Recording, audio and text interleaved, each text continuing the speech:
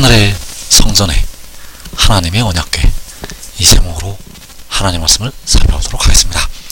하늘의 성전에 하나님의 언약궤가 보인다고 계시록 11장에서 말씀을 하고 있습니다. 그래서 이 시간에 하늘의 성전에 하나님의 언약궤, 이 제목으로 하나님 말씀을 살펴보도록 하겠습니다. 그래서 계시록에서 하나님의 성전이 두 가지로 나타나고 있는데, 첫째로 이 땅에 하나님의 성전이 세워지게 되고, 그리고 하늘에 하나님의 성전이 나타나게 됩니다. 그래서 계시록 11장 1절에서 하나님의 성전과 제단과 그 안에서 경배하는 자들을 측량하되, 자, 여기 말씀하는 하나님의 성전, 그래서 여기서 말씀한 하나님의 성전은 광야 자기 곳에 세워지게 되고, 그 광야 자기 곳에서 두 증인이 그 성전에서 일을 하게 됩니다. 그래서 두 증인의 증언을 받아들이는 자들, 그들이 두 주때에 합류가 되고 그 성전에서 하나님께 경배를 드리게 됩니다. 그래서 여기서 말씀한 하나님의 성전, 계시록 11장 1절에서 나타나는 하나님의 성전은 이 땅에 광야에 있는 하나님의 성전이 되겠습니다. 그리고 19절에서 하나님의 성전이 나타나고 있는데, 이 성전은 하늘에 있는 하나님의 성전. 그래서 계시록 11장 19절에서 이에 하늘에 있는 하나님의 성전이 열리니 성전 안에 하나님의 언약궤가 보이며, 하늘에 있는 하나님의 성전이 열리게 되고 성전 안에 하나님의 언약궤가 보인다고 말씀을 하고 있습니다. 그래서 19절에서 하나님의 성전은 하늘에 있는 하나님의 성전, 1절에서 하나님의 성전은 바로 이 땅에 있는 하나님의 성전이 된다는 사실입니다. 그래서 과거에 솔로몬을 통해서 성전을 건축하게 하셨는데, 그 솔로몬 때 하나님의 성전, 그래서 역대하 5장 7절에서 제사장들이 여호와의 언약궤를 그 처소로 메어드렸으니 곧 본전지성소 그룹들의 날개 아래라. 그룹들이 궤 처소 위에서 날개를 펴서 궤와 그 채를 덮었는데, 자, 여기에서 솔로몬 때 지어진 하나님의 성전으로 여호와의 언약궤를 메어 드리게 되었습니다. 그래서 하나님의 성전에서 나타나는 여호와의 언약궤, 그 여호와의 언약궤를 그 처소로 메어 들었다고 말씀을 하고 있습니다. 그리고 그 여호와의 언약궤를 어디로 메어 드리게 되었는가? 바로 그룹들의 날개 아래로 메어 드렸다고 말씀을 하고 있습니다. 그래서 여호와의 언약궤와 그 여호와의 언약궤를 덮는 그룹들, 자, 이 말씀들이 마지막 날의 예표가 되기 때문에 우리가 잘 보아야 됩니다. 그래서 그 여호와의 언약궤를 메어드리는 이 제사장들, 그 제사장들이 바로 의인나무들이 되겠고, 이사야 61장에서 너희는 여호와의 제사장이라 일컬음을 받을 것이라고 말씀하는 여호와의 제사장들을 예표로 보여주고 있다는 사실입니다. 여호와의 언약궤, 그룹들, 제사장들. 그래서 마지막 날 그 하늘의 성전이 나타나게 되는데, 계시록 11장 19절에서 이에 하늘에 있는 하나님의 성전이 열리니 성전 안에 하나님의 언약궤가 보이며, 자, 하나님의 성전, 하늘에 있는 하나님의 성전, 그리고 그 성전 안에 하나님의 언약궤, 그 성전 안에 하나님의 언약궤가 보인다고 요한이 말씀을 하고 있습니다. 그리고 계시록 15장 6절에서 일곱 재앙을 가진 일곱 천사가 성전으로부터 나와 맑고 빛난 세마포 옷을 입고 가슴에 금띠를 띠고 네 생물 중에 하나가 영원토록 살아계신 하나님의 진노를 가득히 담은 금대접 일곱을 그 일곱 천사들에게 주니, 자 여기에서 네 생물, 이 네 생물이 그룹들이 예표하고 있는 스랍들이 되겠습니다.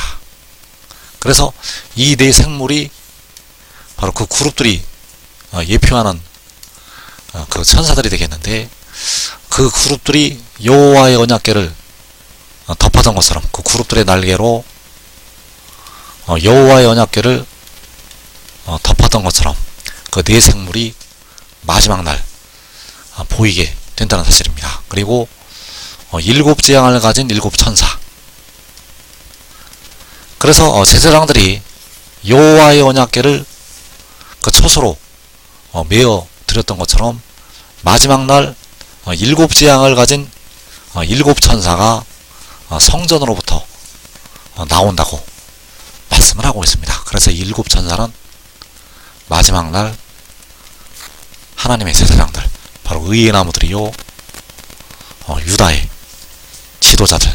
그래서 솔로몬 때 여호와의 언약궤가 나타나고 있고, 그 그룹들이 나타나고 있고, 제사장들이 그 궤를 하나님의 성전에 있는 지성소 아래, 그 날개 아래로 메어 드리게 되었다는 사실입니다. 그래서 하나님께서 마지막 날 여호와의 언약궤를, 하나님의 언약궤를 그 요한에게 보여주시고 있다는 사실입니다.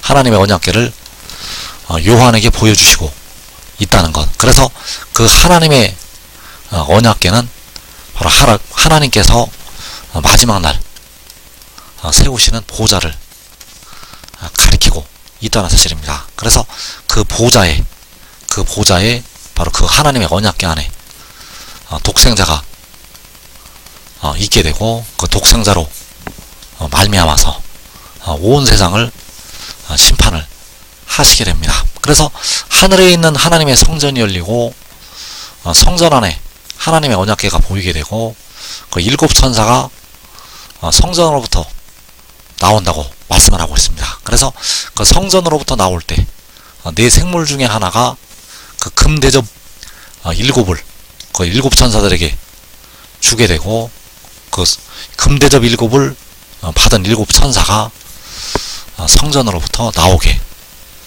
된다는 사실입니다. 그래서 계시록 11장 19절을 다시 보게 되면, 하늘에 있는 하나님의 성전이 열리니 성전 안에 하나님의 언약궤가 보이며, 그래서 그 하나님의 언약궤가 보이게 되었는데, 이 하나님의 언약궤는 바로 독생자를 품고 있는 궤가 되겠고, 바로 하나님의 보좌. 그래서 과거에 히스기야 왕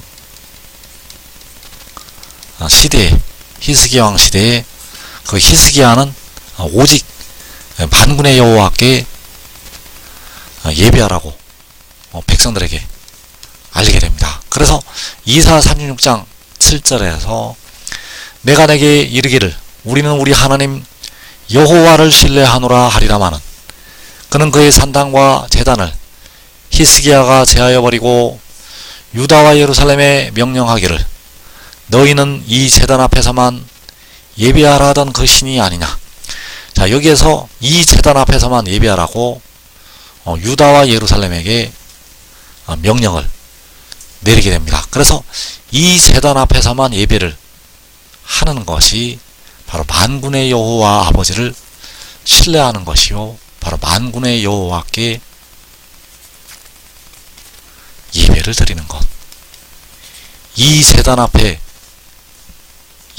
앞에서만 예배하는 것은 바로 만군의 여호와께, 오직 만군의 여호와께 예배를 하는 것이 된다는 사실입니다. 그래서 왜 히스기야가 이 제단 앞에서만 예배하라고 말씀을 하였는가? 바로 그 만군의 여호와의 언약궤가 있었기 때문입니다. 그 궤 앞에서만 예배하라고 명령을 내렸다는 것. 그래서 이 말씀이 의미하는 것이 오직 만군의 여호와께서는 독생자를 통해서 드리는 예배를 받으시게 된다는 사실입니다. 오직 독생자를 통해서 백성들은 이제 여호와께로 나아가게 되고 만군의 여호와께 예배를 드릴 수가 있다는 사실. 그래서 요한복음 14장 6절에서 내가 곧 길이요 진리요 생명이니 나로 말미암지 않고는 아버지께로 올 자가 없느니라. 자, 여기에서 내가는 독생자, 그 독생자가 길이요 진리요 생명. 그래서 독생자를 통해서 백성들은 아버지께로 돌아가게 됩니다. 독생자를 통하지 않고는 아버지께로 올 자가 없다고 말씀을 하는 것이 되겠습니다. 그래서 예배도 독생자를 통해서만 이제 드릴 수가 있습니다. 독생자를 통하지 않고는 이제 하나님께 예배를 드릴 수가 없다는 사실입니다. 그래서 요한복음 4장 24절에서 하나님은 영이시니 예배하는 자가 영과 진리 안에 예배할지니라. 자, 진리는 바로 독생자, 영은 독생자를 통해서 주시게 될 일곱 눈이요 생명수. 그래서 하나님께서는 영이시니 예배하는 자가 영과 진리 안에 예배하라고 말씀을 하고 있습니다. 그래서 우리 백성들이 이제 하나님께 온전한 예배를 드리게 됩니다. 현재 드려지는 예배는 부분적으로 하는 예배가 되겠고, 이제 다가오는 세상에서 온전한 예배를 드리게 되는데, 그 온전한 예배는 영과 진리 안에서 드려지는 예배, 바로 독생자 안에서, 독생자를 통해서 주시는 하나님의 일곱 영, 일곱 눈 안에서 예배를 드리게 된다는 사실입니다. 그래서 우리 백성들이 깨달아야 될 것이, 십자가를 지신 주님은 스스로 있는 자, 바로 만군의 여호와가 되시겠고, 독생자는 유일하게 태어난 자. 그래서 만군의 여호와께서, 바로 스스로 있는 자께서는 유일하게 태어난 자를 통해서 드려지는 예배만 이제 받으시게 된다는 사실입니다. 그래서 요한복음 14장 6절에서 내가 곧 길이요 진리요 생명이니 나로 말미암지 않고는 아버지께로 올 자가 없느니라. 자, 나로 말미암지 않고는 아버지께로 올 자가 없다고 말씀을 하고 있습니다. 바로 아들을 통해서, 독생자를 통해서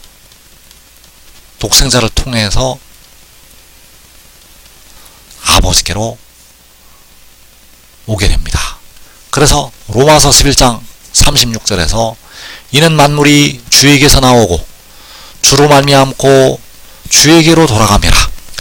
자, 주로 말미암지 않고는 주에게로 돌아갈 자가 없다는 사실입니다. 바로 아들인 주로 말미암지 않고는 아버지인 주에게로 돌아갈 자가 없다는 사실. 그래서 만물이 아버지와 아들에게서 나오게 되고 독생자를 통해서 만군의 여호와께로 돌아가게 됩니다.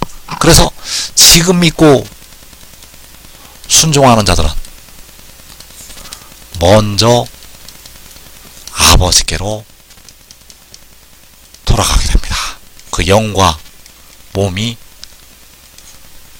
영생하는 영과 몸으로, 영원히 사는 영과 몸으로 변화가 되어서 아버지께로 돌아가게 된다는 사실, 이 복된 자리에 꼭 들어가기를 축원합니다.